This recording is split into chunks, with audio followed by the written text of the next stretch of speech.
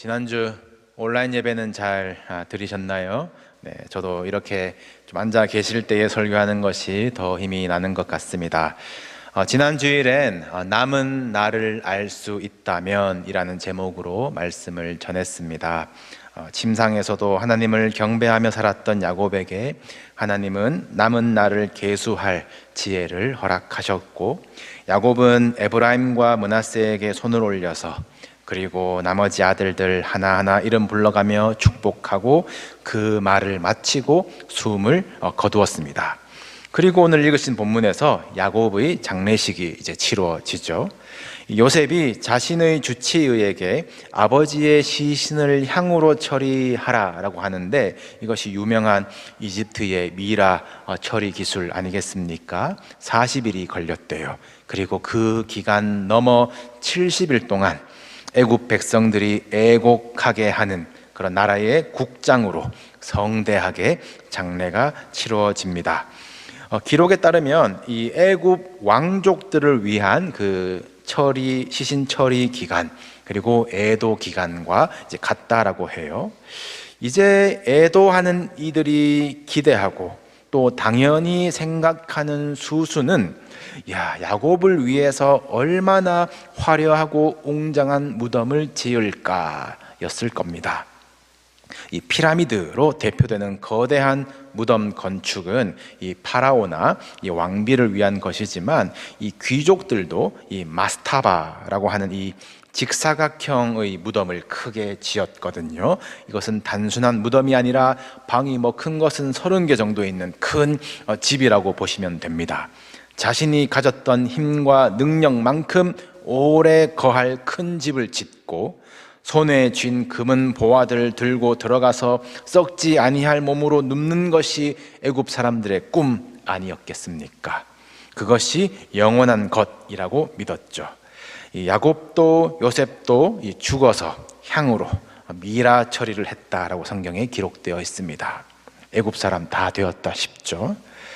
그러나 반전은 이 요셉이 아버지의 시신을 향 처리하도록 지시한 것이 애굽의 꿈대로 크고 화려한 무덤에 아버지를 붙잡아 두려는 것이 아니라, 언약의 계보 아브라함, 이삭이 죽어 누워있는 그 가나안 땅 동굴까지, 그 땅이 우리에게 약속하신 땅이다 라고 믿고 값을 치루었던 그 땅에 나도 거기 눕고 싶다, 사랑하는 아버지 야곱의 유언대로 약속의 땅에 장사 지내기 위해서 시신을 상하지 않고 거기까지 모셔가기 위한 도구로 애굽의 기술을 사용한 것이죠. 애굽이 인생의 꿈과 목적이 아니라 애굽을 언약을 이어나가기 위한 도구로 쓴 것입니다. 하나님께서 애굽 속에서 나에게 주신 힘과 능력이 피라미드를 쫓아 살다가 거기 쥐고 들어가 썩을까봐 애써봐도 결국 다 썩어질 것들을 위한 것이 아니라, 풀은 마르고 꽃은 시드나 우리 하나님의 말씀은 영원히 서리라, 하나님의 말씀이 이루어지는 데 쓰임 받는 것, 그것이 진짜 영원한 영광인 줄 깨달으시길 바랍니다. 저는 이 야곱의 장례 행렬도 아슬아슬하거든요. 이 본문을 보시면 요셉이 바로에게 직접 허락을 구하는 것도 아닙니다. 바로에게 전해달라, 나 국경 넘어가서 가나안에 가서 아버지 장사 지낼랍니다, 다시 온다고 전해주시오. 그렇게 전달하고 허락은 받아서 가나안으로 가죠. 그런데 야곱의 장례 행렬에 바로의 모든 신하와 바로 궁의 원로들과 애굽 땅의 모든 원로와 요셉의 온 집이 함께 갔다라고 하고, 병거와 기병이 요셉을 따라갑니다. 심히 컸대요. 멋있는 위세입니다. 그런데 바로 입장에서는 혼자 남은 기분이 아니었을까요? 혹 요셉이 너무 컸다, 이 정치 싸움이 깃들만 합니다. 혹시 이 부분이 영화로 만들어진다면, 이후 요셉이 죽은 후에 이스라엘 자손들이 급격히 노예로 전락하게 된 배경에는 힘과 권력에서 위기감을 느낀 이 친바로계가 친요셉계를 견제하기 시작한 것은 아니었을까 상상해 봅니다. 요셉이 처세술을 발휘했다면 적당한 사이즈로 바로에게 거슬리지 않게 다녀오려 하지 않았을까? 요셉이 체면을 생각했다면 가나안에 얼마나 크고 좋은 무덤이 있길래 거기까지 가나? 그것을 궁금해하며 따라올 시선들을 의식할 법한데 요셉은 약속만 보고 가는 것 같습니다. 자신과 아버지와의 약속을, 그리고 아버지가 하나님께로부터 받은 언약을 어떻게 이룰 수 있을까? 애굽의 시선, 눈치 보지 않고 허름한 가나안 땅에 소망이 있음을 부끄러워하지 않고 담대히 꿋꿋이 아버지의 시신을 모시고 가는 요셉을 묵상해 보시기를 바랍니다. 이것이 세상 속을 살아가지만 세상에 속하지 않은 하늘 백성의 정체성 아니겠습니까? 여러분, 세상에서 열심히 사시기를 바랍니다. 잘 되시기를 축복합니다. 요셉과 같이 지혜와 실력과 많은 사람을 살릴 힘을 가지시기를 바랍니다. 그러나 우리가 기억할 것은 우리의 꿈과 목적은 세상의 피라미드를 쌓는 것이 아니라는 것입니다. 하나님께서 여러분들에게 분량대로 하나님의 뜻대로 맡기신 것들을, 위에 있는 영원한 것들을 위해서, 그것을 전하는 복음을 위해서 거룩한 도구로 쓸 수 있는 하나님께 속한 자들이 되시기를 축복합니다. 더 높이 내 위에는 적게 내 아래는 많게 경쟁하며 쌓아가는 피라미드가 아니에요. 성도는 그리스도를 머릿돌로 함께 지어져 가느니라. 우리는 신실하게 약속을 지키는 프라미스 키퍼들 아니겠습니까? 너희를 부르시는 이는 미쁘시니 그가 또한 이루시리라. 여러분, 미움받을 용기를 가지시고 약속을 붙드십시오. 이것이 우리가 애국과 같은 세상 속에서 눈을 들어서 영원한 번영을 바라보는 우리의 부르심인 줄 믿으시기를 바랍니다. 어느 공동체든지 이 어른 역할을 누군가가 해주는 것이 참 중요합니다. 아버지가 병들어 누워 계신다라고 해도 집에 아버지가 계신 것과 안 계신 것은 천지 차이라잖아요. 야곱이 죽고 나니까 이 형제들 사이에서 이 묘한 기류가 흐릅니다. 더욱이 장례를 위해서 가나안에 다녀오면서 요셉은 40여 년 만에 다시 가나안에서 애굽으로 가는 광야를 지나게 됩니다. 요셉에게는 과거 비극의 길이었고 트라우마의 지뢰밭 같은 길 아니었을까요? 자신을 왕따시키던 형들의 증오 가득한 눈빛, 구덩이에 던져져 살려달라고 애원해도 어느 형들 하나 들은 척하지 않던 그 외면들, 결국 노예로 팔려서 울며 두려워하며 끌려갔던 그 길을 요셉은 이제 수레를 타고 다시 통과하고 있습니다. 그 시간, 그 사건을 심판하고 바로 잡을 힘과 권위를 요셉은 가지고 있어요. 곱씹을수록 끓어오를 그 쓴 뿌리를 요셉은 어떻게 마주하고 있을까요? 요셉의 심정은 잠시 후에 보시고 사실 더 큰일 난 사람들이 있습니다. 야곱의 장례를 마치고 애굽으로 돌아가는 길이 마치 마지못해 끌려가는 듯이 괴로운 이들이에요. 바로 요셉의 형들입니다. 이들은 아버지가 죽었음을 보고 가장 먼저 하는 말이 요셉이 우리를 미워하여 우리가 그에게 행한 모든 악을 다 갚지 않을까입니다. 아버지 야곱이 죽기 전에 아들마다 해준 축복과 약속에는 관심이 지금 없어요. 자신들이 행한 것이 악이라는 것을 알고 있습니다. 아버지가 방패되어서 죄의 대가를 유예하고 있구나 생각하며 살아왔어요. 이것이 얼마나 괴로웠겠습니까? 이제 방패가 벗겨진 것 같으니 얼마나 두려웠겠어요. 총리 요셉이 자신이 요셉이라고 드러내기 전에 형들에게 요구한 것이 있었죠. 너희 진실함을 증명할 것이라. 형들의 진실함을 그렇게 확인하고 싶어 했습니다.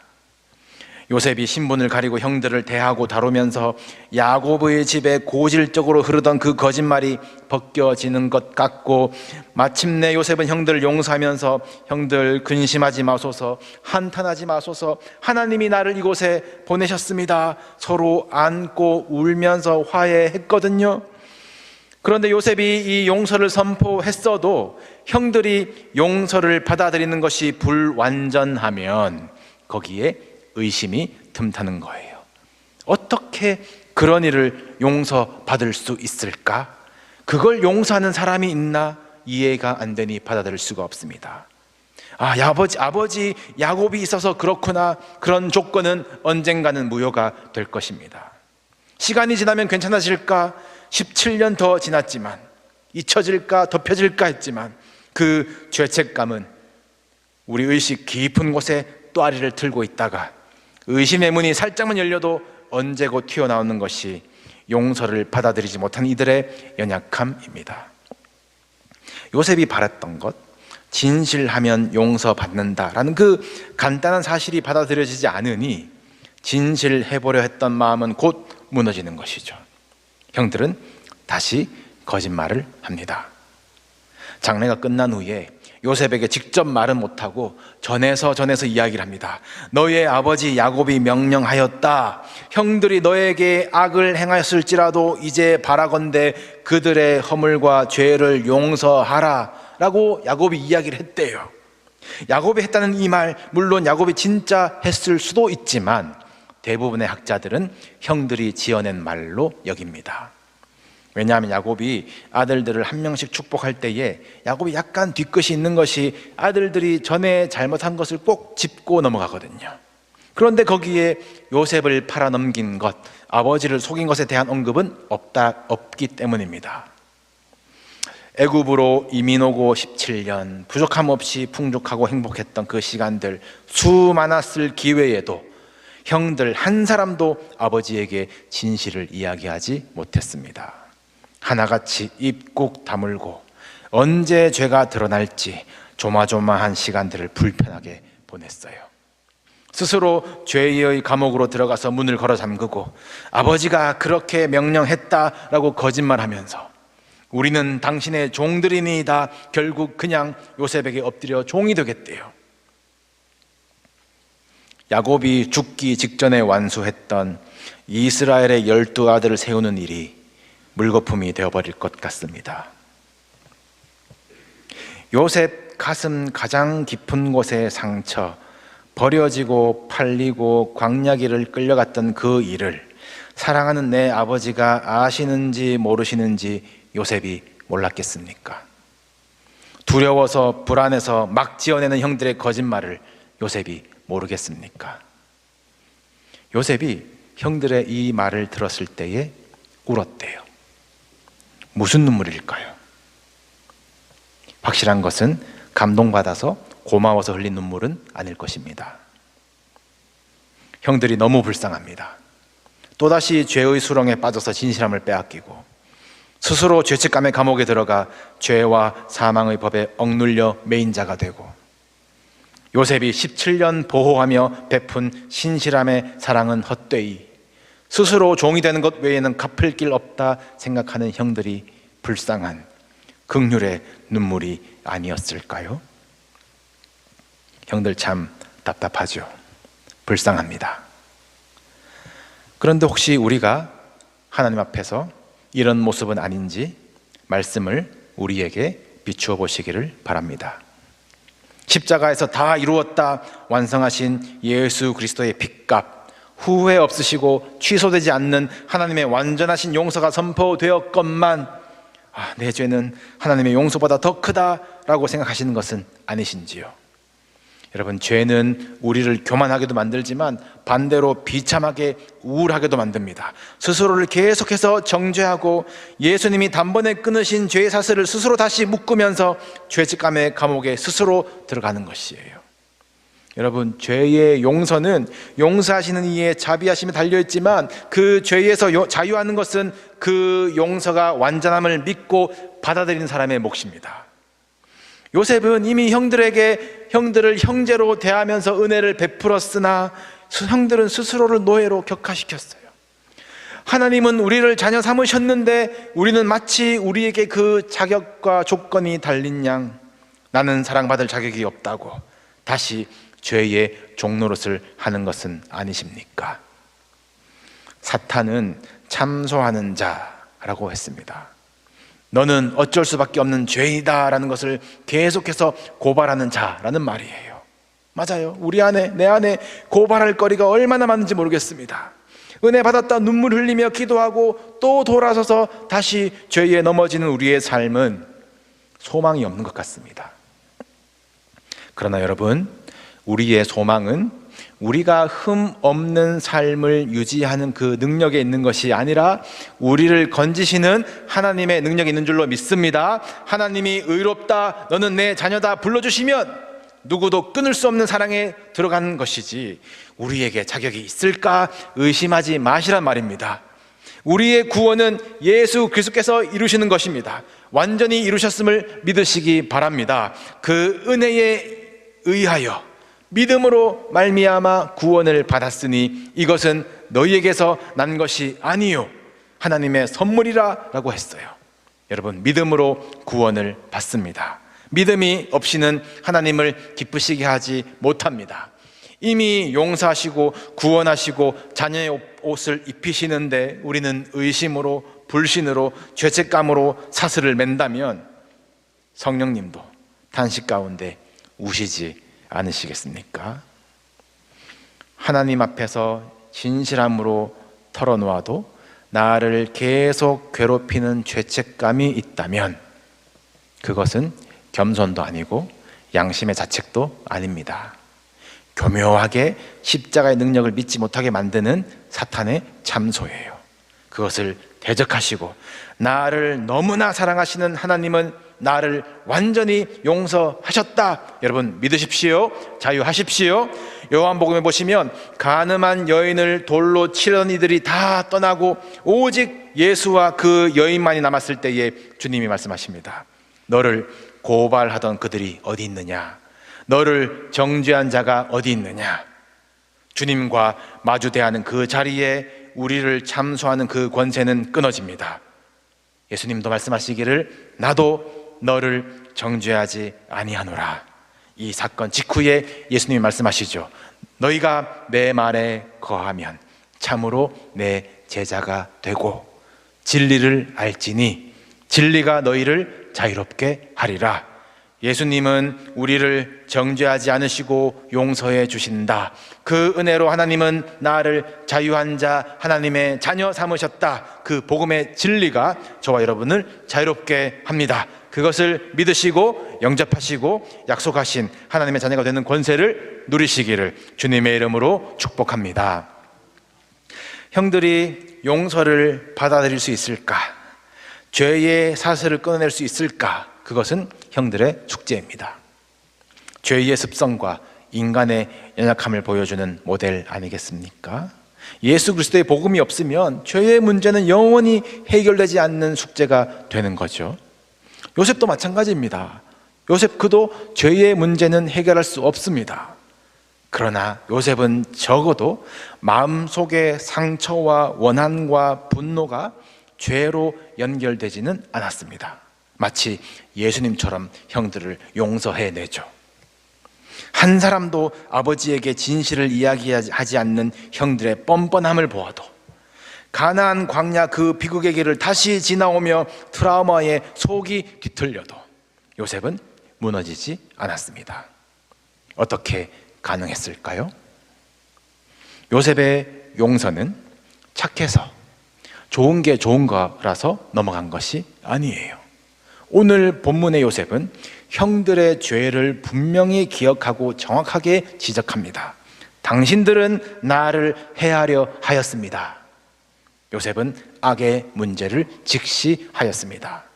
힘든 현실에서 도피하는 것이 믿음이 아니라 내가 직시한 현실을 살아내는 것이 믿음 생활이니까요. 나에게 상처 준 사람, 나를 힘들게 한 상황, 환경들을 아무것도 아니다 최면 걷는 것이 신앙의 힘이 아니라 아픈 건 아픈 것이고 악한 건 악한 것이라고 직시하고 실전에서 믿음으로 마주 대하는 것이 요셉이 믿음의 실전 근육을 키워온 방법이며 그에 이어지는 말에서 그 실력이 발휘되지요. 당신들은 나를 해하려 하였으나 하나님은 그것을 선으로 바꾸셨습니다. 형들이 주어가 되어서 나를 해하려는 그 목적어가 될 현실을, 형들이 준 상처가 나를 지배할 뻔했던 그 과거를 하나님이라는 주어로 바꾸어서 하나님은 선으로 바꾸셨다. 내 인생은 형들의 악이, 내 트라우마가, 그 상처가 주인 노릇하지 못한다. 내 인생을 해석하시는 분은 하나님이시다.